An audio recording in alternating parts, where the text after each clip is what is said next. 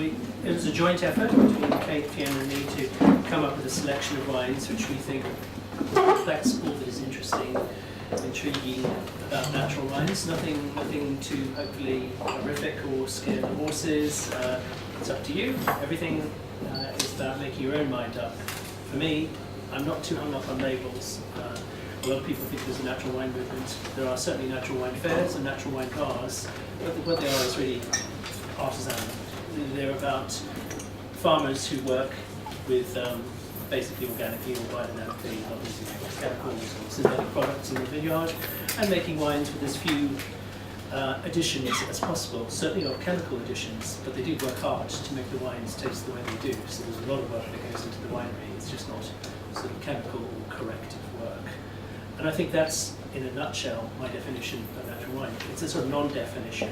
It's about not being intrusive. It's about being as close to the original product as possible, nature, if you like, as well. And to get something which is pure, drinkable. Hopefully you're going to find these wines are quite gastronomic, very easy to drink, and hopefully we're not going to have enough of them by that token. And I think you're going to find them pretty good with food as well, just because they have lovely natural acidity and freshness and purity of fruit. They're not extracted, they're not alcoholic, they're not heavy, they're not clumsy. So without further ado, I introduce Fiona, Fiona to me is one of the most sane and rational and well... It means I agree with it. Yes, yes. Green light, yes. I think she writes really well about the subject because she's not sort of like informed by prejudice either way. And I know you love to drink these wines, and that sort of enthusiasm comes out. I think it's important to have enthusiasm for drinking. It's not an iconic thing, it is a real product. And I think a lot of journalists perhaps are a bit worried about there's a debate and you should take one side or the other. I don't think that's necessary at all. I think the wines speak for themselves. You'll speak for the wines. All right. Okay. Well, it's good to see a really good turnout for this workshop. I'm always kind of worry, do people actually want to know about natural wines? And there is kind of a surprising degree of hostility about them, particularly in the wine writing fraternity. I mean, actually, if the Circle of Wine Writers had said, do you want to come and talk about natural wines, I think I might have hesitated. But I know that food writers are actually rather more open-minded, and so I hope I don't know how many of you are familiar with natural. Actually, that would be interesting. Find out how many of you are familiar with natural wines already. Who's drunk what they would recognise as a natural wine? Oh, well, right, okay. So, converts, maybe I'm speaking to the converted, but maybe there are a few of you for whom it's a bit of a voyage of discovery. And it certainly has been for me. I mean, I didn't start drinking natural wine and thinking, hooray, this is absolutely amazing, this is what I've been waiting for all my wine drinking life. I tasted some, and my husband actually, who unfortunately isn't here tonight, but he actually got me into it, I have to admit. And he said, these are really, really good. They're amazing, and they're not flippant poisoned. You should try them. And I tried them, and to be honest, I tried quite a few, and I thought, no, I'm just not getting this at all. As you do when you try unfamiliar things, and I think we've all been through a kind of learning process with all sorts of food and drink. I mean, if you think about coffee, who starts off their first cup of coffee is not a double espresso, typically. You kind of learn to love bitterness. Beer, same. Very few of us kind of absolutely love beer to start with. Foods, sourdough is an acquired taste, I would say. Still, when you're younger, you don't really kind of get sourdough. Cheese, I think, is the main one. Whenever anyone kind of says, oh, natural wines aren't ever God, I say, well, do you like Ecosse? Do you like all those lovely washed wine cheeses of France? And typically they do. I mean, the irony is that the people who are kind of quite vociferous about natural wines, saying that they're incorrect in some way, actually adore Ecosse. And they like all these stinky cheeses. They like unpasteurized cheese. And you're saying, well, these are alternative wines. they're made by people who see the wine world in a certain way. They kind of turn their back on conventional winemaking for various reasons. Some of them are, very messianic. Some of them are kind of pretty easygoing, but they just kind of like to drink these sort of wines. And I think at the end of the day, that's what it comes down to for most of us. Just like to drink these wines. On the strength of kind of like, being converted, I think, converts are always the most zealous, aren't they? I kind of started a natural wine blog about 4 or 5 years ago, and pursued it for a while. But as those of you who know me well will know, I have far too many online outlets, so it is sadly neglected. But an evening like this actually makes me think, should I do it again? Should I write more about natural wine? And so maybe I will. But it's called Wine Naturally, or Wine Made Naturally. blogspot.com if you want to take a look. And it's kind of really my journey through natural wine. And what I did, because I thought, it's profoundly unhelpful to score these wines. The wine world scores and rates its wines. I don't buy into that really, because it just depends so much on what you're eating, always important. What you feel like, what kind of day it is, it's cold outside.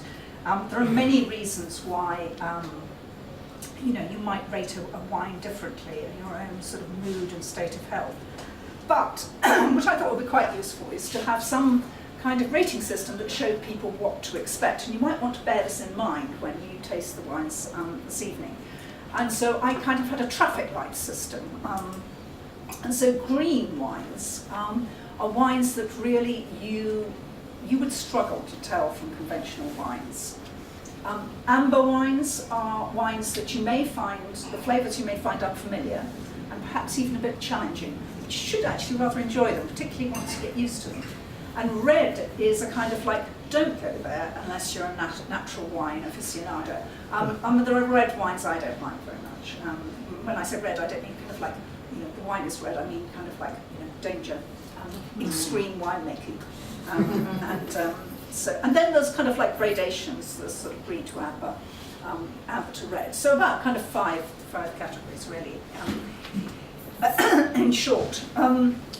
Doug gave a really sort of brilliant précis on what natural wine is. I would just echo that. There is no official definition of natural wine. And it gets bandied about and kind of puts people's backs up. I would say it's really much more, natural wine is an attitude, really.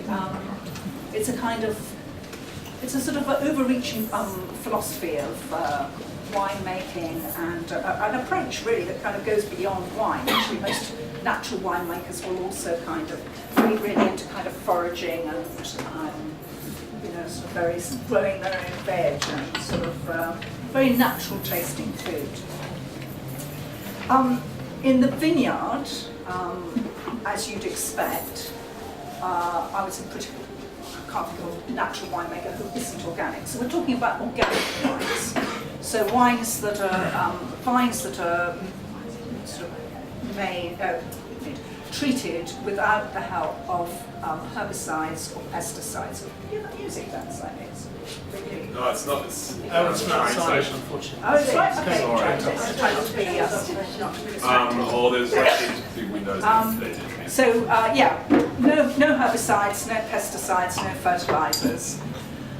Quite a large number of which of them will also be biodynamic, which I'm sure you're also familiar with. So they will be treated with kind of homeopathic doses of different kind of plant infusions, and most famously and controversially, sort of cow dung, which has been sort of matured in a horn and then sort of distributed and scattered through the vineyard.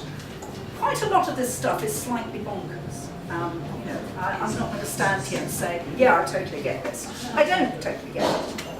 What I can say is that I've walked through biodynamic vineyards and seen actually the kind of vigour and life in the vines, soil and the leaves, and tasted the wines, and there is often a kind of excitingly live quality about them.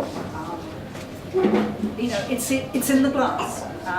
God knows how it gets there. God probably does know how it gets there, but I certainly don't. So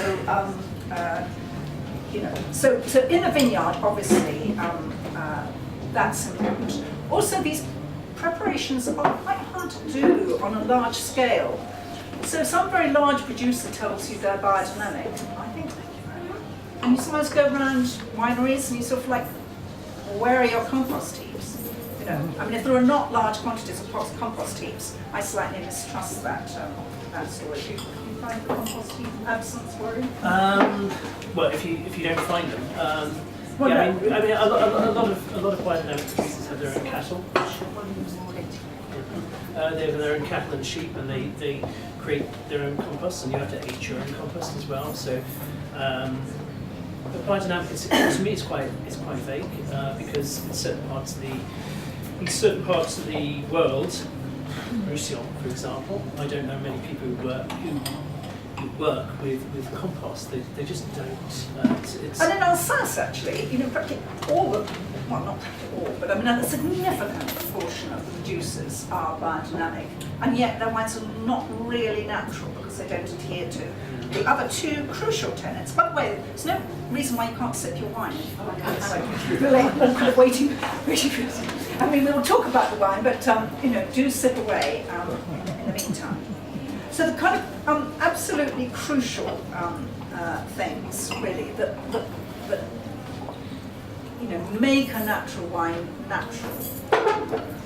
But even this, people will argue about, are one, that the winemaker will use wild yeast. So they won't use commercial yeasts. And the reason they don't is that commercial yeasts will very often add flavours of their own. And almost all the winemakers we're talking about believe in terroir. They believe that a wine has a sense of place, believe that their vineyards are unique and special, and they want their wines to reflect that. They don't think you can do it if you import a yeast, an internationally available yeast, and make the wine with that.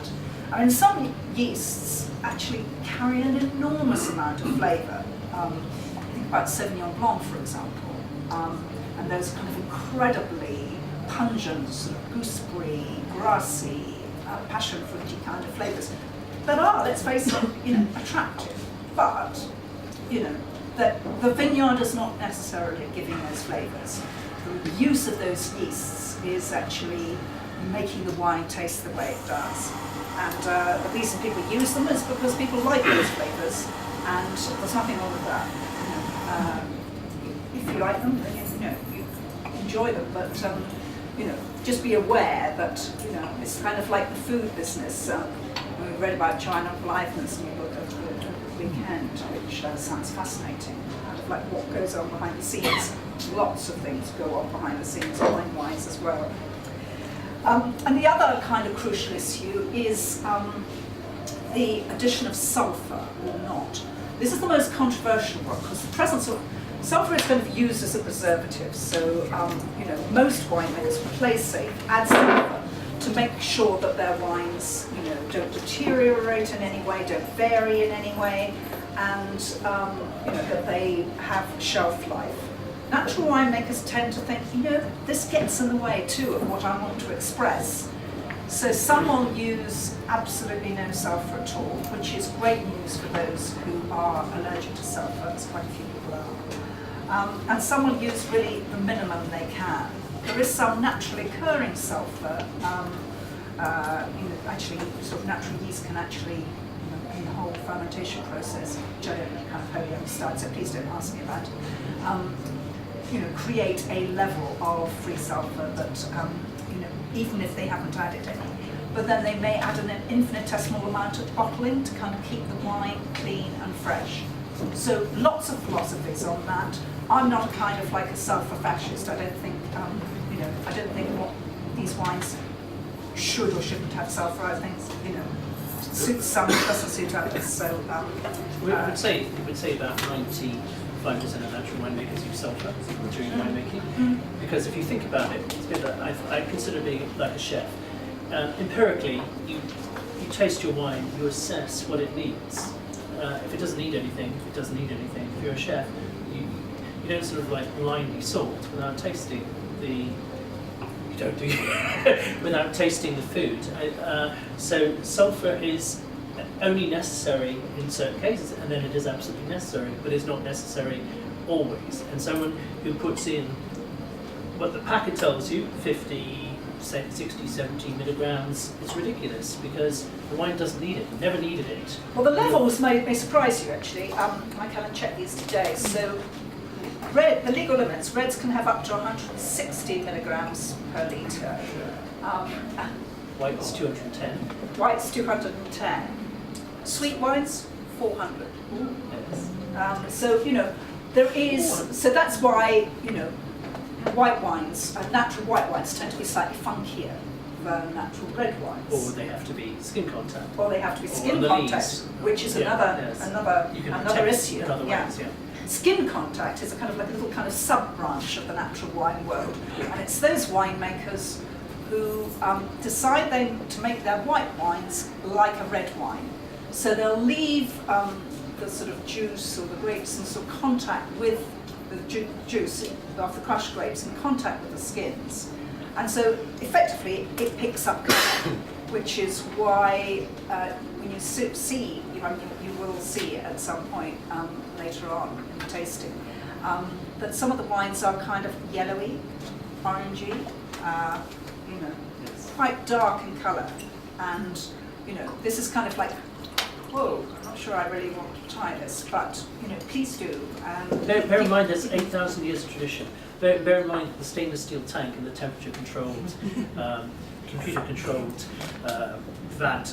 It's only existed in the last 50 years. So how are wines made? Yeah, and people made, in France, sort of in the 50s, they wouldn't have had access to all these expensive chemicals. No. And it was really the chemical industry coming around and telling all these winemakers, you could increase your yields massively if you use these. And that's how the whole thing happened. But it's a return to traditional winemaking. So are all traditional wines natural wines then? Are all traditional wines natural wines? I mean, if you define traditional by making, by making a wine without, lots of chemical fertilizers and things, no, they're not all. Some will be organic, but still wouldn't kind of really fall into the natural one. Definition's difficult. That's why I say it's kind of like it's an attitude of mind. I think there's one cultural thing which I think it makes it probably traditional wines or old. If you go back in time, there weren't such things as supermarkets. We didn't have to refrigerate wine to go around the world and be sold in bulk. So everyone made wine for their own table. And you make wine for your own table if you grow your own vegetables. You don't put chemicals on them, but you're not intending the wine to last. It's not meant to be reviewed by a mythical Robert Parker or to be even shared in the next village. It's your own village. It's your own home. It's something functional, like making your own bread. You don't process the bread out of 100. You eat it. You drink your own wine. But again, it's something comparatively recently. Wine has started to be rated. I know Pliny did it, and I know, etc., etc. But I mean, there have been assessments of quality of wine throughout the ages. But I suppose Not Parker points. Yeah, Pliny didn't give Parker points. He gave Pliny points. But no. So I think wine was traditionally made without additives because it was made for yourself. Really, it's still in certain parts of the world. You can still find parts of Chile, Georgia, other countries in the east where wine is made still that way in clay pots and for the table, for the family table. Could you put a date on it? Could you say pre-1950s or something, all wine didn't have chemicals added, or? Well, no, I can't actually. I can sort of like waffle on that one. No. Well, it's true. I mean, I think you're right. When chemicals started being sold, it was kind of, post-war. It was the post-war, sort of like chemical industry, the development of post-war agriculture. No, not just in relation to wine, you know, this became widespread throughout, and so it would have effectively been the 50s. If you start with So I don't know what- Steiner's lectures, which are in the 20s, I think, they were addressing a problem which was post First World War, which was the fact the industrialisation of agriculture. But he wasn't lecturing about wine. He was lecturing about wheat and various other things. But then the first biodynamic associations, I think, started in Australia in the 20s, late 20s. So biodynamics became an idea quite popular in wine at that stage, but really hasn't been implemented until recently in the current form. But as Fiona says, actually, as soon as you get big chemical companies selling you stuff to get greater yields in the vineyard, then to perfect the winemaking technique, that came next. It was almost inevitable, and that was, yes, definitely a second. I mean, if you go around, it's quite interesting. You go around a winery and they haven't sort of like tidied it all up for the press. You know, you will actually see great sacks of product, or kind of great boxes of product, and they're kind of like, you know, there are yeasts, there are enzymes, there are colour fixing. So you see a gorgeous sort of, you know, sort of peony red wine.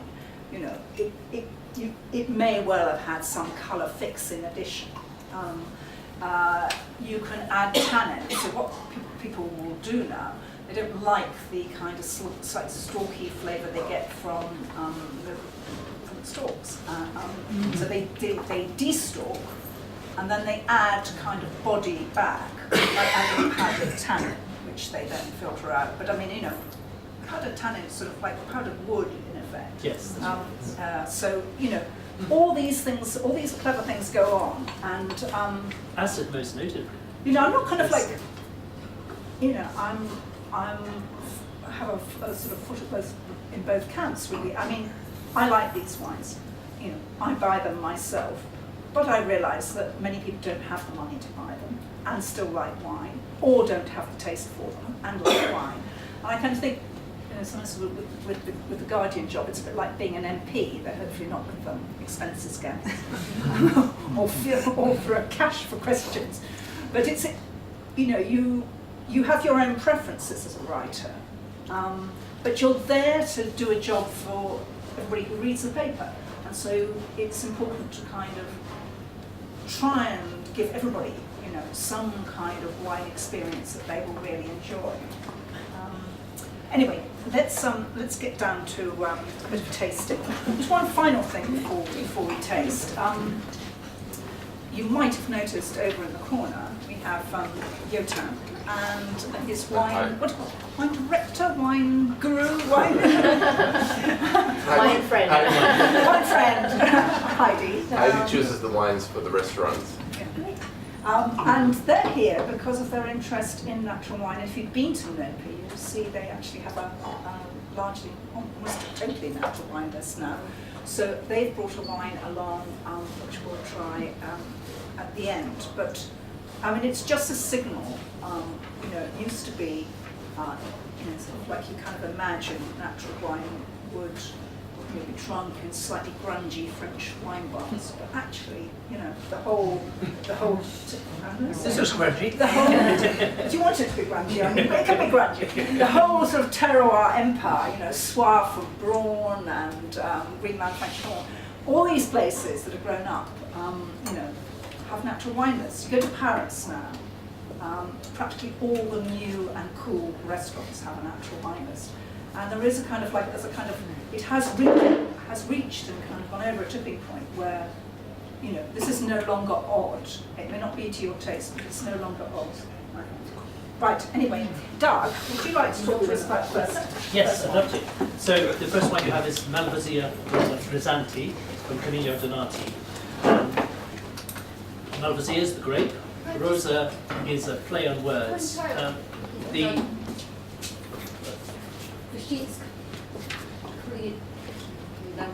She's calling it Lambrusco. Okay, well, okay, it's actually not Lambrusco, which we will have later, but it's Malvasia from the same producer. So Malvasia is the grape, Malvasia de Candia aromatico, an aromatic grape, which I think you can tell by smelling it. Really popular in this part of Italy, which is Emilia-Romagna. This is an area where there's a lot of red wine grown, basically. White wine is Trebbiano, high yielding, red wine is Lambrusco. You go to a wine bar in Parma, ask for a glass of red wine, you get a glass of Lambrusco. You're going to get a glass of Lambrusco at the end of the evening. But no Lambrusco you've ever tasted is like this. And really, no wine, this is such a perfect example of a natural wine, natural sparkling wine, called a Pet Nat, short for Petit Naturel. They don't call that in Italy, you call it Frizzanti, but it's made naturally. By naturally, I mean that the second fermentation first fermentation happens in a tank or whatever, a barrel. Second fermentation happens naturally in the bottle, and nothing is added to make that fermentation start, and nothing is taken away at the end, so it's unfiltered, it's unslide, and just a little bit of sulphur at bottling, and then a crown cap on top of it. What makes this wine different, and why, and I think this is true to natural wines in general, is it's made, well, for starters, if you think of Emilia-Romagna, it's a lot of valleys and a heck of a lot of mediocre wine. This is on the hills, 300 meters up. The yields are tiny. Everything is hand harvested. That's always another thing. It's just about organic farming and biodynamic farming. This has all those preparations and is, looked after. It's been in the family, this little estate for 70 or 80 years. It is a family wine made by a God-fearing man who's very much in love with his vineyard, and he takes enormous care over it. Everything is done very carefully by hand. The vineyards are beautifully healthy. Even the views from the vineyards are spectacular. It's a wonderful place to sort of, you feel the wine that a wine should be beautiful that comes from such a beautiful place, and to me it is. And then what the Pet Nat thing is, if you think of how champagne is made, champagne is a manipulated product. This is always the product of one vintage, so it is what it is. The yeasts, as Fiona was talking about, so it's about indigenous yeasts. Wild ferments are really important because they're different every year, because the yeasts are different every year. Some yeast is stronger, in each different vintage. Therefore, a natural wine will never be the same in 2 years running, just simply because the nature of terroir, the nature of the yeast, which in a way embody that terroir, will always be different according to the weather conditions, according to whatever happens in the vineyard. And then they bottled with virtually nothing, with nothing added, just a tiny little bit of sulphur just at the very end. To make a frizzanti, a light, pretty, elegant, refreshing style, but still with some bite, still with some substance. It's a food wine as well as a pleasure wine, which again, I think, to me, I drink natural wines for pleasure, but I also think it's good to have them with food, because they were sort of intended to, have some charcuterie or cheese with this sort of thing. But I think what a great aperitif, and the colour is so pretty, and it seems to capture the light beautifully. The colour of these wines is really, they're very it's shiny. part of the pleasure of looking at them, actually. And they're kind of not, kind of like bright, brilliant. They're often kind of hazy and romantic. But I love the sort of floral kind of, almost like sort of crushed rose petal kind of yes. Taste about this. And I think if for any of you who aren't familiar with natural wines, or if you were pouring it at home, like you had friends over, and you were going to pour a natural wine for them, this is the kind of one I would pour, because it's particularly if it was, I do think it's kind of real spring summer wine. Yes. It's kind of possibly not a cold, really nice one, but it's just it's so pretty, and it's like a warm afternoon. And these wines are not ridiculously high. I think it's 12. Yeah, it's 12%. Yeah. And one nice thing also about natural yeasts is that they don't sort of tend to pump up the alcohol volume, so that a lot of the commercial yeasts actually are quite high in alcohol, whereas this is really kind of quite delicate. It's really balanced. And not too fizzy. It's just like this kind of very. Yes. So these pet nats, as they're called, you can like throw that into conversation. You go to a natural wine bar, I like a pet nat. And I think people will then sort of throw all sorts of names at you won't recognise them, and then you think, A sparkling wine is only as good as the quality of the wine in it, which is why champagne is quite an interesting thing, because champagne is about process, isn't it? It's about aging, it's about softening, but the base product is generally not that good. It's a lot of acidity, it's very green, it needs 3 to 5 years just to sort of, for all the bits to merge. This is apparent now. It's also got a dosage, isn't it? And this won't have a... This was 0 dosage. So when champagne's made, it's kind of topped up with a kind of what's effectively a kind of sugar solution at the end. So it's kind of made from very tart young wines, and then this is added, and kind of the nice. Actually, I'm more of a fan of champagne than you are. I'm actually a fan of champagne. But you know, all the kind of richness and toastiness and sort of deliciousness that comes from champagne, you know, comes from that added sugar. So there's quite a bit of added sugar. This finish is really dry, you know, and you know, sort of maybe kind of think, oh, that's a bit dry. But you know, it's kind of always got that kind of red currant tartness at the end. But actually, if we were kind of like drinking this with a bit of food, it would be just perfect. Can you ask what sort of price bottle this was? Price. Yeah, what, expat, inkvat? No, for me to buy. For you to buy, it'd be about £13. I just needed to get some Yes. handle on where The other thing is because, you know, champagne starts out with lots of acidity, and the acidity is softened with the leaves and not with wood and various other things, and this one isn't. What I look for in a wine like this is another part of my palate, which is bitterness. I'm a fan of bitterness in wines, and it's not something you think about. We always talk about acidity and sweetness and whatever, but actually bitterness is a really important component. It gives the wine a sort of texture, which is really interesting. Otherwise, it just sort of dies away. It actually has something which coats the mouth. It's not astringent, but it has a touch of bitterness. Where does that sit on your green to red scale, Okay, would you yeah, say? that would be amber, because it is slightly unfamiliar. Maybe green to amber. I mean, it doesn't really like anything in the commercial. I think it's going to be amber. It's not like anything in the commercial world. You know, unfamiliar, but you should enjoy it. It's not a hostile wine, but it's not. Yeah. So yeah. Right, next wine is called El Caro Moscatel, and it's from Alicante, which is quite an area you don't expect to find wine because it's pretty ferociously hot. Not that many great growers. One very good grower, and that's this guy. Alicante is quite a big area, and it's not really renowned for wine growing.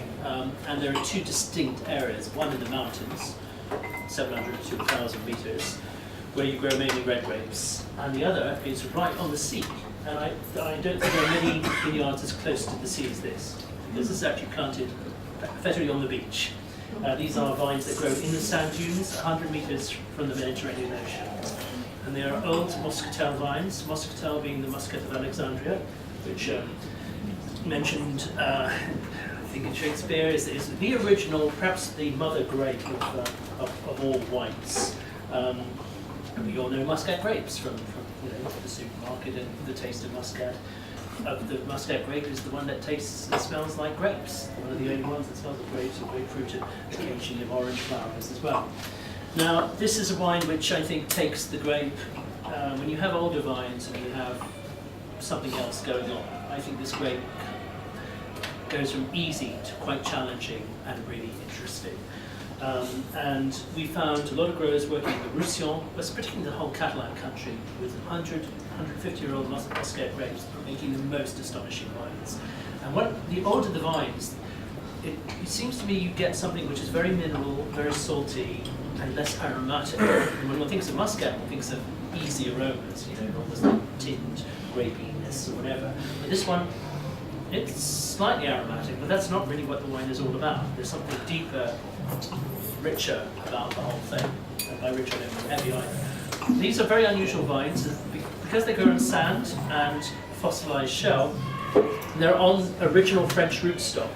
Now, I think, outside of Chile and a few other places, virtually all vines are now grown on American rootstock. So these have been in contact. There's an interesting sort of debate about whether, is this the original flavour of wine, the fact that it's grown on original rootstock. I don't know, because I don't have enough experience to tell. But it certainly to me, it sort of adds a dimension. But then, to me, the minerality is what comes out. Whether it's the fact that it's 100 metres from the sea, or whether it's got its feet in the sand, or whether it's the French rootstock, or whether it's the fact that it's biodynamic viticulture. You don't need to really do biodynamic, it's really organic, because you're not going to bury a cow horn in the beach. It's not going to do anything to the sand to animate the soils. What you get here, to me, is something really interesting, minerals, smoky almost, and then that wonderful bright saltiness on the finish. Muscat is notorious for its low acidity, so without the acidity you need something to compensate the palate, and to me you get the minerality. Minerality is it's shell, it's stone, it's something in whatever. Everyone has their own description of what minerality is, but it's something that finishes the wine in the mouth and the palate. And this, I think, is more challenging, I think it's fair to say. It's, I mean, I would put it on the ambulatory, on the traffic light system. What you might do, I mean, if I'd opened that at home, I would have probably double decanted it. So what these wines often need is a little bit of air. And the interesting thing is that you can often open a bottle of natural wine and have a drink, stop it up, put it back in the fridge, and you'll find a week later that actually it will still be absolutely fine. And because it's kind of been exposed to a degree of oxidation, most of these wines have, it doesn't actually deteriorate. Well, this is kind of like, it's just a bit closed at the moment, so I would actually, and you know, sort of double decanting sounds a bit sort of geeky, but I mean, basically, I would pour it into a jug, and then I would pour it back into the bottle. And this kind of aerating, you can do this with white wine just as easily as with red. This aerating will just kind of, you know, just let it kind of calm down and open up a bit. And actually, I've been doing a fair bit of active swirling like that. And you will, now, when I first stuck my nose in the glass, it's kind of like, it was really quite funky. Having done a good bit of swirling, you're getting much more of that muscat grape character, that aromatic perfume character coming through, and that's what I want from this wine. In fact, it's a new one to me, but I mean, I think it would be lovely with slightly spicy food. Actually, I would like it with things that had a touch of spice. Via makes a really good point. It's not a tasting note. What? It's not a tasting note, no. It's What kind it's of a bit of a waffle. I'm just trying to think. I want what kind of spice? what kind of spice? I'm thinking whether I want Middle Eastern or Asian spices. I'm going to ask you, Dan. What do you I think? was thinking of black pepper, but Yeah. I agree with you that it's a little bit, for me, and I told you earlier about my slow conversion into natural wines. Not all of them deliver on flavor as much as others. So this one, we haven't done what you described, the double decanting and getting it to open up in such a way. But it's very low on flavor, so I'm kind of a little bit like, I like strong flavors. That's Yeah. what I like. So it doesn't deliver on that front enough at this point. So I think it does need to. It's difficult to, I mean, you made a really good point about glasses and temperature or whatever. Actually, when we first opened up, it was a lot warmer and it was a lot more open. Yeah, when Aromatically. we tasted, because I hadn't tasted this one before, so we tasted it on counter earlier on, and it was a bit warmer. And these floral, grapey flavours were much more to the fore. So it is a bit closed. It's changed loads in the glass.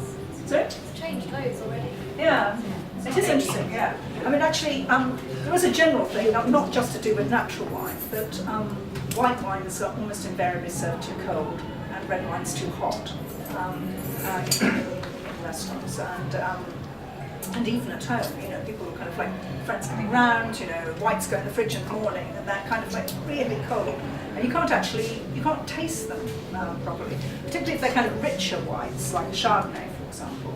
You know, you don't actually want to chill the hell out of it. And red wines, you know, the old room temperature thing that you always get taught. Well, room temperature stems from the days when room temperature was about sort of 15 degrees, you know, if that, you know, it was kind of like it was cold. So actually, red wines benefit. If you look at the back label, you'll often see actually serve at 16 to 18 degrees. You know, they benefit from being served a little bit cooler than, you know, the average living room.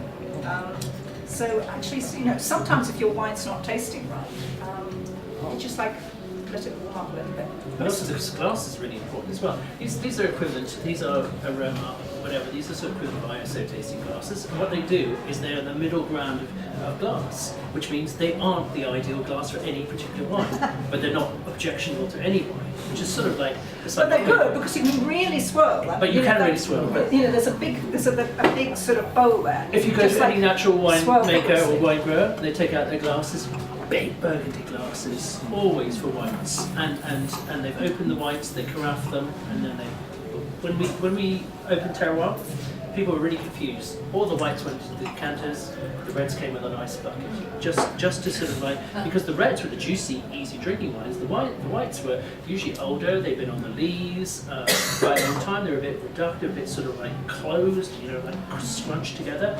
As soon as you put them in a carafe and then just let them mark, then they were magnificent, and all those secondary and tertiary aromas came out.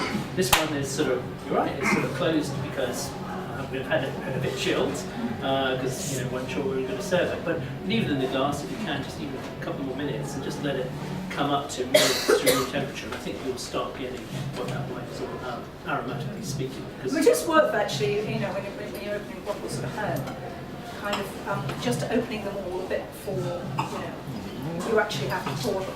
So that you can check first of all that the ones around the cork are not corked, and also that they're kind of like roughly the right temperature, so the whites are not too cold and the reds are not too hot. Or, you know, Richard Olney made a big point that red wines are usually served too warm and white wines are served too cold, and that the ideals are much closer to each other than usually practiced. Yeah. Rosé too, you know, can and beer. Beer is too cold. I was in Dublin last weekend. And actually, Guinness is now served so ridiculously cold. That, you know, it's like just, you know, like lager. You know, it is quite nice to cool down particularly an expressive young Noir red like this Simmer Champagne, which actually I think is just incredibly easy to drink. I would say this is a green wine for me. It's really, really easy and totally delicious. It's a really summery wine again. But you know, yeah, you can chill it. Tell us about it. Yeah, so this is made by a guy called Thierry Germain. Now, to say that natural winemakers, they were born and bred that way, is so far from the truth, because I suppose most people who make natural wines started in wine school, wine college. You know, they did the courses, they made the conventional wines, and then they decided that wasn't for them because basically they couldn't drink their own wines. And I suppose since you can't drink your own wines, then what's the point? You have to decide whether you're going to make something for commercial reasons or whether you're going to make something because you believe in it. Thierry is on that path. He's Bordeaux trained. He made some of the most famous red wines in the Loire in the 80s and early 90s, and they were oaky, they were powerful, they were flattering, I guess you'd say. Nothing wrong with wines. But he had a sort of a conversion where it first started about working organically and then right through to biodynamics, and then knocking off the oak, knocking off the additions. And this is the first vintage, 2013, when he used zero sulfur, which is really unusual to go that whole sort of like journey. And he said, what I love about this wine, he said, just look at it. This is why I love it. Right? Just by looking at it. Look at the way it holds the light. It's the most transparent wine. I've been trying to make a wine which is transparent, just easy to see into, easy to smell, easy to taste. So it's a baby cuvee. I mean, it's meant to be drunk young. It's meant to be chilled. Yeah, I actually like it this temperature. I find it incredibly refreshing, almost like a slightly dark rosé. It's everything that's good about Cabernet Franc, which is light, which is elegant, which is velvety, which is not tannic, which is got beautiful acidity, quite poised, and almost a sort of lovely violet-y nose. It's very floral. Sometimes Cabernet Franc can be a bit sort of like muddy and brown, and a bit green, and a bit sort of underripe and peppery, like old-fashioned Bordeaux. But this is so bright and youthful and harmonious. And I think it And a absolutely great nails way it. to drink fish. Yeah. Yes. So it's really good with things like seared tuna or sort of seared salmon. Because it's got this lovely fresh acidity. It's not sort of overly fruity, and it's sort of like a kind of red wine that behaves like a white, and is just. But it's good with things like lamb chops. Yeah. It's great all-purpose food wine. I think Cabernet Franc is that if you had to choose one red grape to go with as many different types of food, Cabernet Franc would be that grape. Yes. I mean, it's a really good restaurant. I quite often order Loire Reds in a restaurant because they're just so versatile. It doesn't really matter what people are eating. How much does it retail? So it's going to be about just under £13. So you're talking about okay, this is a baby red wine, but from one of the greatest growers in the world, I think, in most people's opinion. And what a great value wine. And it's a wine that you just love to keep at home and just keep on drinking summer and winter. So Doug is going to talk through the first of these wines. Okay, we're going to leave it sort of slightly blind about this in terms of you're going to taste two wines from the same appellation. Okay, I will tell you for nothing. It's in the cru list. So we know what we're dealing with, which is Gamay. But as you know, there are two styles of Gamay. Well, actually, the majority of Gamay, the Beaujolais that we encounter is very fruity, quite confected, sometimes bubblegummy. And going back to what Fiona said earlier, it's often the result, or that confection is a result of using a very particular yeast, which gives the aromas of banana in it. That's one style of Beaujolais. Then there's then about 25 years ago, a gang of four growers, or one grower called Marcel Lapierre, and sort of like friends and acolytes, Jean Foyard, George whatever, the various people anyway, they decided to go back to making wine that their grandfather and great-grandfather, not their father made, but their great-grandfather and grandfather made, which is much more traditional. The sort of wine which could have been, when Beaujolais was actually part of Burgundy, it was considered to be, admittedly as part of Burgundy, it was considered to be really good grape, the Gamay grape. It had tremendous longevity. You can age a good Beaujolais, cru Beaujolais, for 20, 25 years, and you still can. So they wanted to rediscover those flavours, the richness, the intensity, the purity. They wanted to go back to working organically. It was very chemical, and get away from this cliche of Beaujolais Nouveau, slightly sort of fizzy, slightly sort of like, tank, I was going to say tanky, smells of the tank. Aromas. So what we've done here is we've opposed two things. Well, we've only got one to show you now, and then we're going to try a second one. You have to decide, on the basis of what you feel tastes more natural, which is the natural Beaujolais, and which is the, say, more conventional style. We haven't loaded the bases too much because both are cru Beaujolais and they're both from really good estates. Even the more conventional one is properly handmade wine, but it's still sort of conventional. It's got quite a bit of sulphur in it. You see? You won't see. So just see if your palate's sort of getting tuned into these wines. Right, okay, so hopefully you've tried one and then the other. And try the first one, then the second one, pause, then the second one, then the first one. That's always... Don't stand in your head. Yeah, don't stand in your head.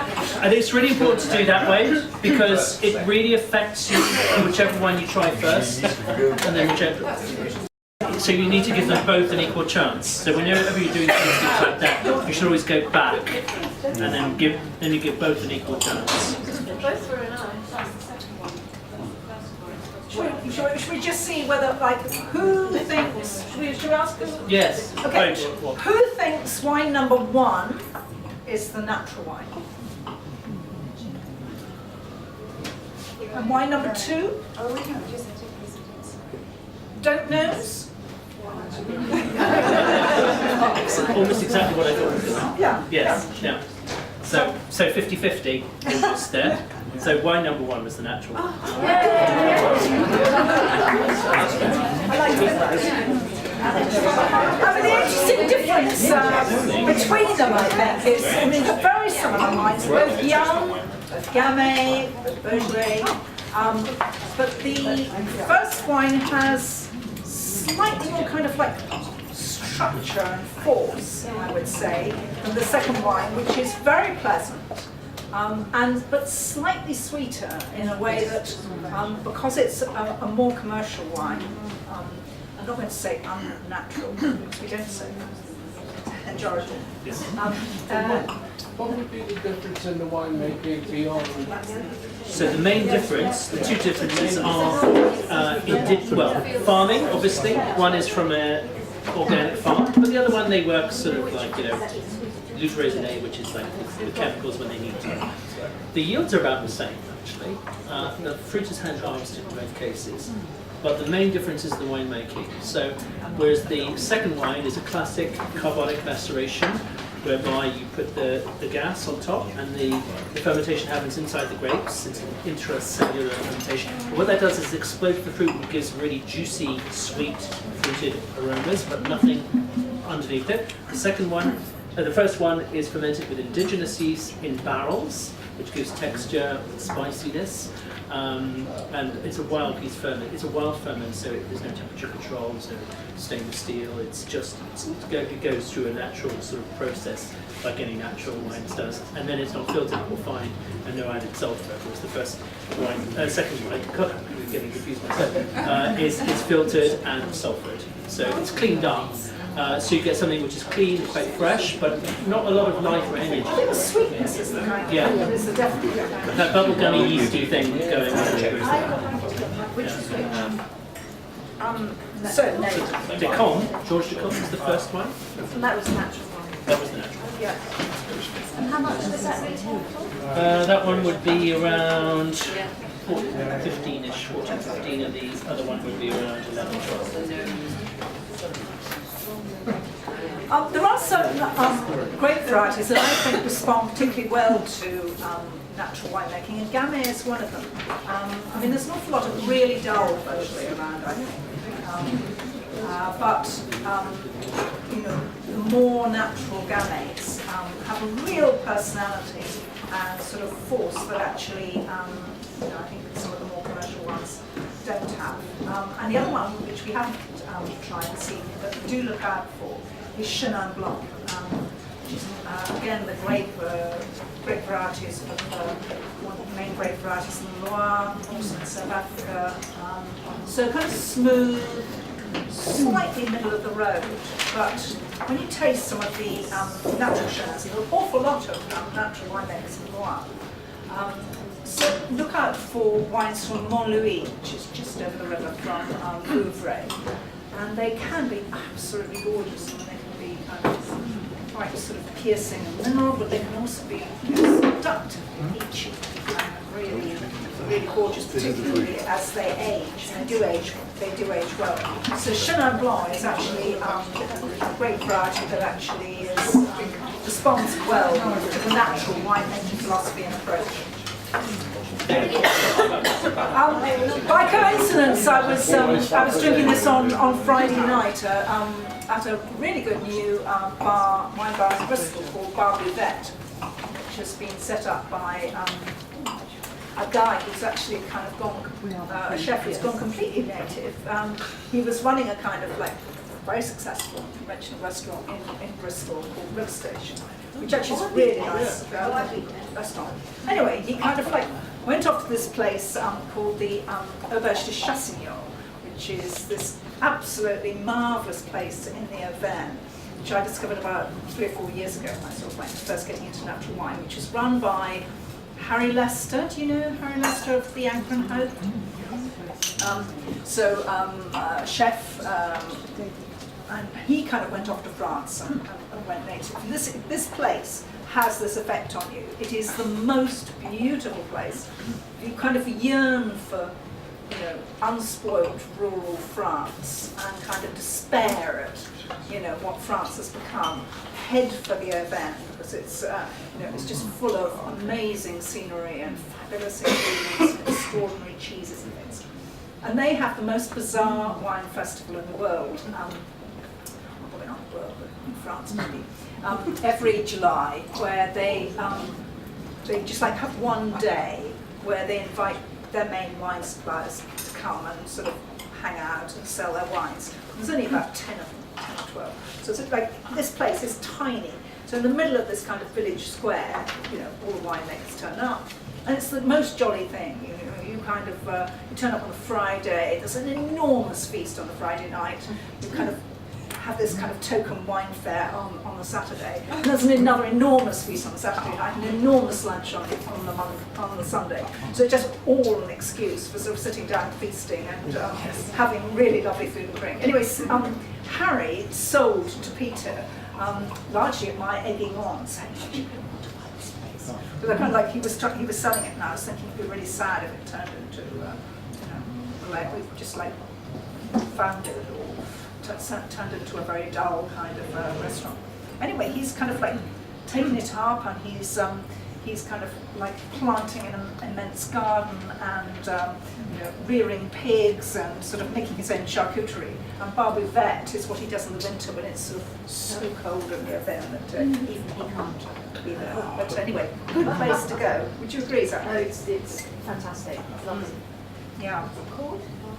Anyway, Clairefontaine, just to is one of the wines he stocks, and actually is made just up the road from where we have a house in Languedoc, and is a little funky. I would say it's on the green to amber. I mean, actually, it's kind of like manifesting itself in quite a funky way tonight, and you do get this incredible variation between natural wine, as you do between cheeses before any of you say, you know, good wine does that.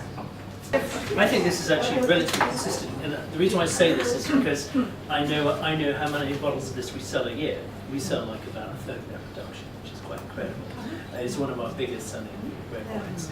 And I actually also would say that you may think it's funky, but tell me that you haven't tried Trevelyan or a Chateau de Paf or any like southern red wines, and they're in exactly this sort of idiom, basically. A slightly wild, sort of aromatic, sort of garrigue notes, slightly meaty, quite earthy, but also quite a naked wine in the sense that it's not dressed up with any oak. So what you're tasting here is something really pure. And also what you're tasting here, it's a great variety you may not know so well, is Mourvèdre, which is really strong in this particular thing. Mourvèdre is the meatiest, the wildest grape variety. If you ever tried a Monastrell from southern Spain, or if you tried a Bondol, you know, from Piedmont or Tempier, you get this fennel, tobacco, meat aroma, and it really, to me, that's characterizes the region. You don't see much Mourvèdre dominating in the Languedoc, but this is a great example. Can I ask a price on this one as well? It's about 12.90-ish.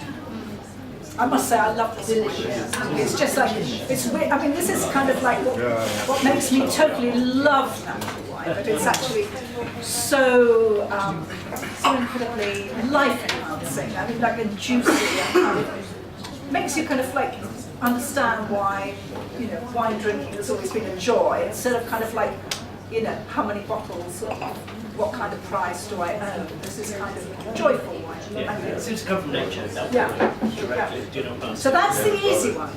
So this may be red on Fiona's scale, but of course it's amber, isn't it? Or green on mine. So does it look strange because you don't expect it to be like that, or is it strange because it's inherently strange? Well, as I may have mentioned, that wine has been made for 8,000 years. I suppose it started in the Caucasus, Trans-Caucasus, which is where Georgia, Armenia are now. And grapes, whether they're white, there's no such thing as a white or a red wine when you think about it. The wines we had, they weren't red, were they? They were all different shades. the whites we have, they're not white. Not the colour white in wine. It's everything from green to yellow to gold, and everything in between, all the shades of the Dulux chart. So there are other colours as well. Pink, there's dark pink, light pink, coral pink, and there's different shades of amber as well, or orange, or generically what we call these are skin contact wines. Now, I'm not going to do a very long talk because I have talked for over an hour on the concept of what a skin contact wine is. But I always start off saying, has anyone had a skin contact wine before? And about 20% of people said yes. And I said, so none of you have ever drunk red wine? Red wine, of course, is skin contact wine. And what's the difference between a red wine and a white wine? Is that the white wine is the grape, you crush it, you clean it up, and you've got the clean juice. And the red wine is maceration, effectively.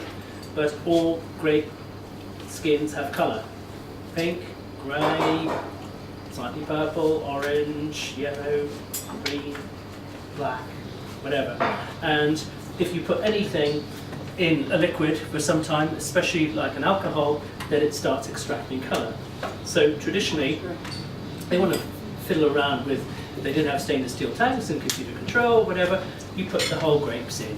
And I mean the whole grapes, skins, stems, the pips, and you ferment it all together, whatever the vessel was. It's usually terracotta, clay vessel, usually underground. And at the end of it, after the fermentation, all the skins and the pips and the stems fall to the bottom, and then you just take it out. You can take it out with a bowl, or you can put it in another vessel or a jug or whatever you want to do. That's the way wine was made for probably 7,500 or longer years, and then suddenly it was all sort of a bit more technical. This is rediscovering that style of winemaking. But that actually, if you think about it, if you're a grower, you spend best part of a year, but actually your cycle of making a wine is sometimes 18 to 24 months. At the end of that period of time, if you think of the grape, or everything that goes into the grape, all that information, all that energy, where does it go to? It goes to the skin of the grape. That's where the aroma is, it's the skin on top. So you discard the skin. Why would you do that? You're losing 90% of the aromatics of the grape. And the flavour, the DNA, the texture, the tannin, the spice. So growers that we work with, actually this is a New Zealand grower who told me this, why would I do that? So that's why I make orange wines. It's because I don't want to discard that which nourishes the juice most of all. So that is why he makes an orange wine. He makes wines that are not orange as well. But it is a point of difference, and it's a point which is very interesting, because texturally, then you're in a totally different realm. You're in a realm where the wine is actually closer to a red wine than it is to a white wine.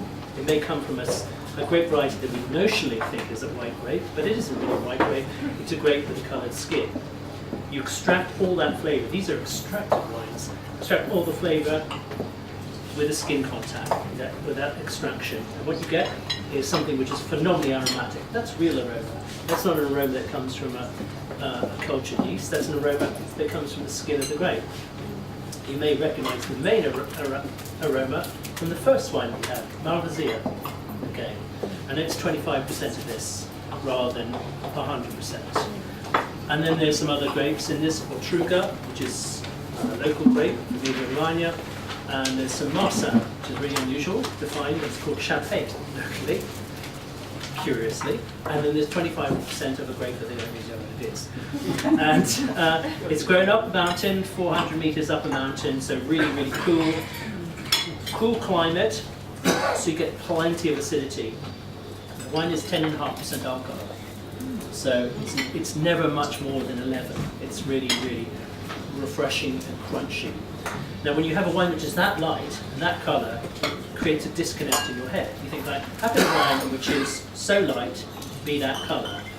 Is that not the colour of oxidation? No, it's not the colour of oxidation either. There's no oxidation in this wine at all. It's really fresh, you can tell. It's alive, it's zingy, it's youthful. Yes, it will probably age as well, but I think it's a wine which is more to be drunk fairly in the first 3 years. I didn't use a wine that sort of necessarily develops, although I've had a version of this which is about 7 to 8 years old, still studying with it. So, but anyway, this is what it is, and this is a way that a lot of winemakers in Italy, particularly in the north of Italy, are going. They're going back to this idea of making the skin contact wines. Great varieties like Chardonnay, Sauvignon, Pinot Grigio, and so many others. And if you've ever tasted like a bog standard Pinot Grigio, and you taste a Pinot Grigio which has been on the skins on its own grape skins for like 30 days or 60 days, it's an amazing experience. It's like tasting something which is completely different. You don't recognize it with Pinot Grigio, but that's what it is. That's what it always was until it's had its act cleaned up and commercialized. Anyway, Yeah, I mean, I think this does come within my red spectrum, but I think there is something intriguing about orange wines, which you will see increasingly on all sorts of wine lists. I mean, you go into a restaurant, there will now be, orange wines as well as rosés. And the kind of thing that I think, the kind of food, actually, I think it goes really, really well with, because there's a kind of fantastic quince flavour in the wine. It's actually your food. I mean, I really love orange wines with the kind of food that you make. I think it really suits those sort of wines and that kind of food. And That's probably why we chose an orange wine today to bring with. yeah, it probably is. Yeah. And I mean, it is the most unfamiliar of these natural wines, the hardest to get to grips with, and there will be wines that you don't like, there are kind of conventional wines I don't like very much. If I go to a big supermarket tasting, there are quite a lot of wines I don't like, and which I would buy myself. And it's also a question of personal taste, but I would kind of persevere a little bit with orange wines. So even if you think this is totally weird, keep on coming back to them.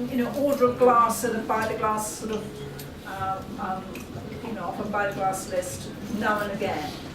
There are lots of good wine bars now. I mean, your group, excellent. There'll always be something like this. The Remedy up by Great Portland Street is another very good bar. Over in the East End, you've been to Sager and Wild or Mission, Me Too. There are a couple of fantastic wine bars over on the east side. Verdun. Kate? Yeah. What's that one you were mentioning to me in Westbourne Harbour? Oh, that's not that natural. Isn't it like that? I mean, they don't have to be kind of religious. I mean, one shouldn't kind of like, I drink. In case any of you get the wrong impression, I do actually buy quite a large number of conventional wines and drink conventional wines. I'm not like kind of, I will only drink this, but what I would say is it changes your palate. It does. You become exposed to the flavours, and it changes the way you think about wine. And it's, for me, it's the freshness and the compatibility with the kind of food I want to eat that really swings it. You're right, and what I love about it is whether you like it or not, it's true.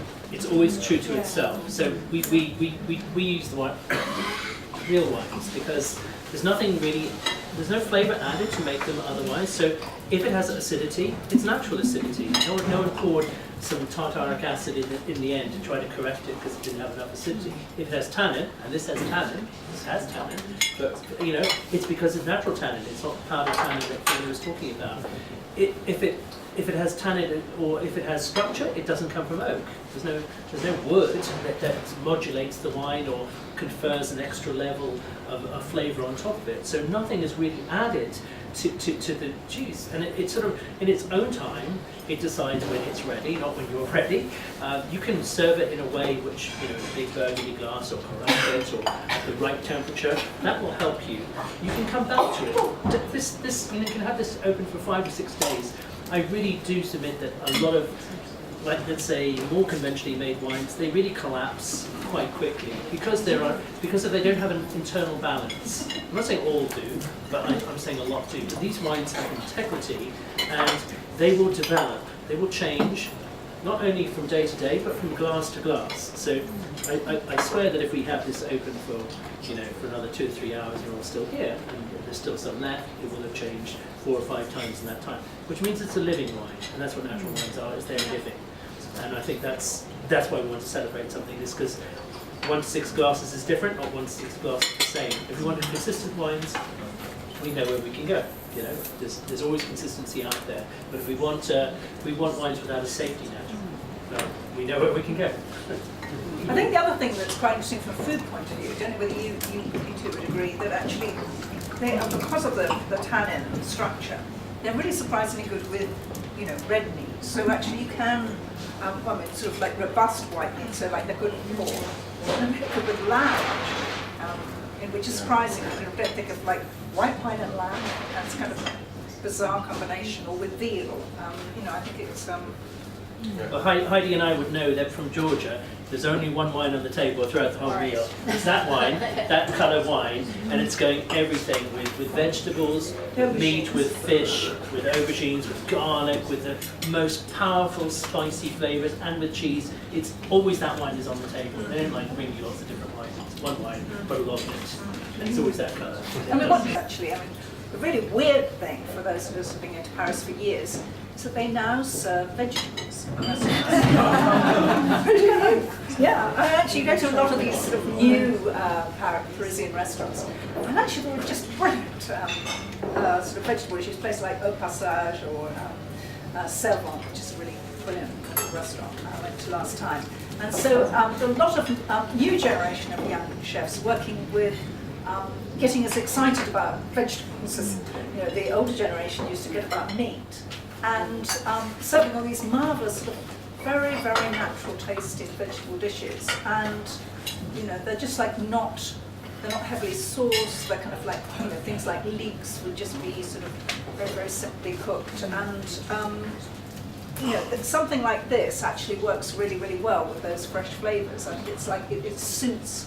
I said it suits me, but they also suit kind of I think vegetable. what we were talking about earlier, and I think it comes back, and it's kind of an evolution of a palate. I mean, there's no right or wrong, but once you've started thinking in that frame of mind, it's very hard to have a standard wine, because I get slightly disappointed, because it's almost like a uniform experience that I've had. I mean, we were talking a little bit about old style French food, that is a very predictable meal.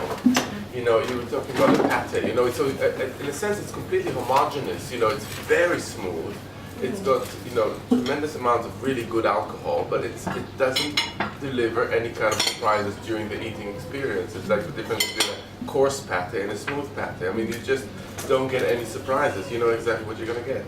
And I've been converted by Heidi to this. At the beginning, I was very reluctant to kind of join it part, because I thought the wine needs to be predictable. I want to know what I'm going to get with my food, because I'm going to have it throughout the meal. And over time, I've become the convert to the other side, because I've realized that, in a sense, that you need to mirror the dining experience. If you're going to have a dynamic dining experience, you really need to mirror it with the drinks. And what you get with these wines is something that's constantly changing, and you never know what's going to be. The wines we brought with us, I almost just drink that now, because it's just, someone said cider. It is a bit like a cider in the sense that there's quite a lot of fruitiness, and it's rough in a certain way. It's untamed, but it's just so nice with food. It's just something that you could that's been the problem here, actually, tasting some of these wines without food. Yes. It has actually been a struggle. If you're a newbie like me, they really. They do. I mean, well, actually, It's coming short. never mind these wines. in my view, all wines need food, which is why the kind of standard way of tasting wine is actually so sterile. I mean, go to a supermarket tasting. There are usually about anything between about 150 and 250 wines there, and you literally, you go around the room, you sort of take a glass, pour, swirl, spit. What kind of way is that to engage with any wine? It's you just kind of don't give it the time of day, really. You just like, would you agree, Sue?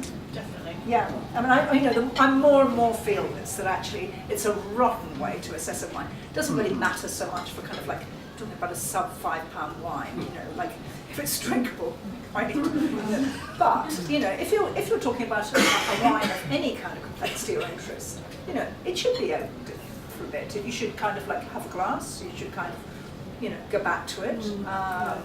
Maybe a few hours later, maybe the next day. You should try it with a couple of different kinds of food, and you should think a little bit about it. What's interesting about this? What's not? It really is crazy the way we You taste. wrote a good thing on your blog a few years ago when Real Wine and Raw both had, and have since always had a lot of food producers, restaurants, with stalls, and just so you can spend like 4 or 5 hours tasting, but you don't have to be constantly tasting. It's a sterile thing. You just take loads of wines, and you quickly get tired. Take a break, have some food, have or snack. Do it in your own time rather than feel that you've got to cover so much ground. Most tastings are completely sterile. It's about ticking boxes, or judging is completely sterile. Four of you sit around a table with wines which you don't know what you're tasting. It's all blind. You're watermark against something. Who knows when the wine was been opened? Who knows whether it's ready to drink? No one ever talks about food. No one ever talks about pleasure. They talk about a finite mark that they're going to get it. You argue because it's difficult about clarity and sort of mouthfeel. Yeah, exactly. You have your little primer and you tick off a box. Whereas these wines are, as I say, they're living wines. And exactly, if you're not getting hungry now, you should be, because all that acid and tannin, should make you, I feel like food now. So. Robert Parker once confessed that he was glad that he was a wine expert rather than a food expert, because judging food was so much more difficult than judging wine.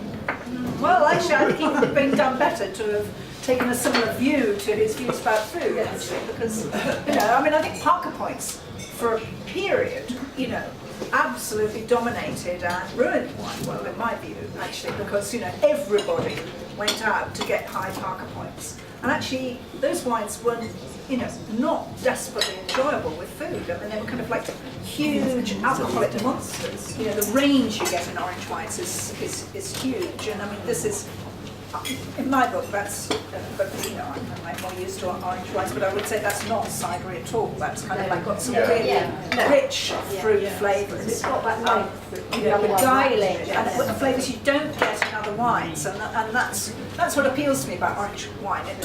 Here we suddenly have a new category of wine, effectively, or an old category of wine reinvented, of really just gorgeous, richly textured whites, which actually offer a completely different option. I think this wine has been made with a lot of love and patience as well. This is 2010, so the last one was 2013, so beautiful, vibrant, whatever. This wine is like, it's wise somehow, a bit like sort of Stefano. It's sort of a bit naughty, but it's also wise. The wisdom of living in Piedmont, in the hills of Piedmont for generations. And it's a field blend of 100-year-old vines. And 100-year-old vines, they're pretty rare to find now. That's very old. All indigenous grapes like Timorasso, things you don't really see very often, and all blended together.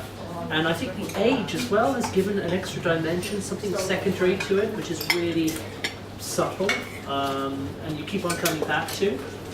Stefano says you could drink it for fun and pleasure, and it's carry on. And then there's something which engages your attention a bit later.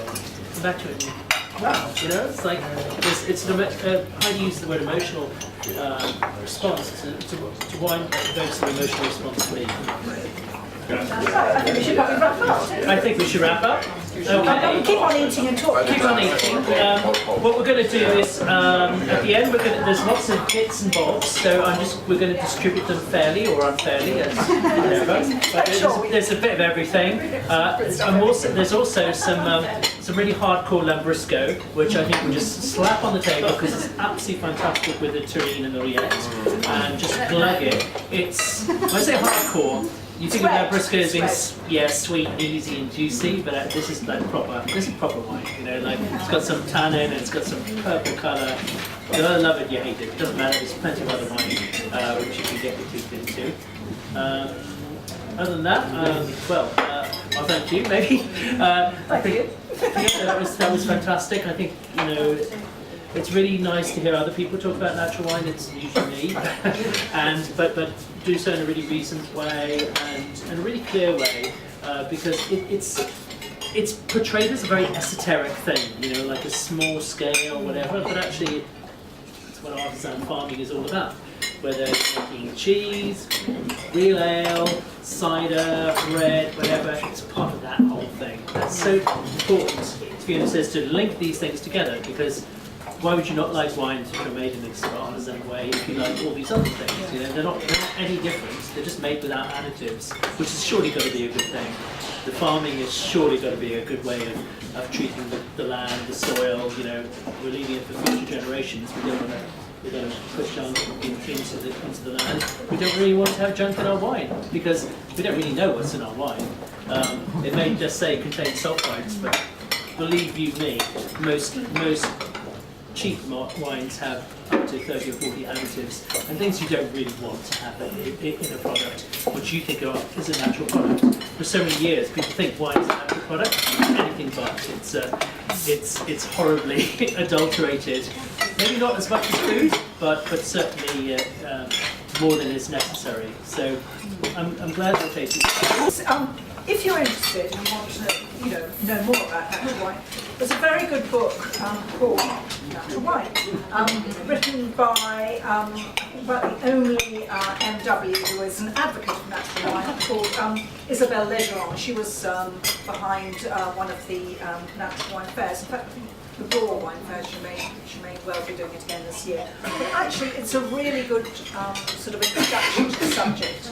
It's published by Cisco Books. So, I mean, actually, yeah, it's a very straightforward introduction to natural wine. So, you know, if you're interested, try that. And just, you know, do whenever you see one of these wines on the list or by the glass, just try it. Will they be labelled natural wine? Sorry, No, actually, I tell you, that's a good point. Actually, want to know how to one thing you will orange wine I'm there for. one thing you will find is Colour coded. if you see a wine with a funny name or a funny label, or kind of like a jokey label, chances are it will be natural. I mean, there's one on the board there, in Cot We Trust, which is a nice sort of double entendre, because Cot is a grape variety, so But not Chateau. not Chateauneuf. No, but I mean, they do have like slightly quirky labels, you know, funny little cartoons. Do they all have beards? They all have beards, yeah. They all have beards and tattoos, yeah. Yeah, but I mean, yes. But I think if you go to a natural wine bar and you say, I think what the great thing about natural wine is natural wine bars. I mean, I'm not making any claims for these guys, but I think what they are is they're very good at explaining wine. They're very good at sort of tasting wine with you. So you say, oh, I want something which is interesting, but I don't want it to be too funky. They'll give you a taste. And what the natural wine bars have done is it's stopped being a contract where you order a bottle of wine or order a glass of wine, you have to pay for it. No, you order a taste of wine, and if you don't like it, you don't have to drink it. It's actually much more, just something through, it's much more like a craft beer bar. Yeah. I mean, I sometimes wonder if we call it craft wine. But actually there wouldn't be all this fuss about natural wine. You know, it's an experience much more like going into a craft beer bar, and they'll kind of give you a taste. You know, you may like it, you may not. There's like a kind of wide range of flavours, but there'll be something you like. Anyway, thank you. Thank you.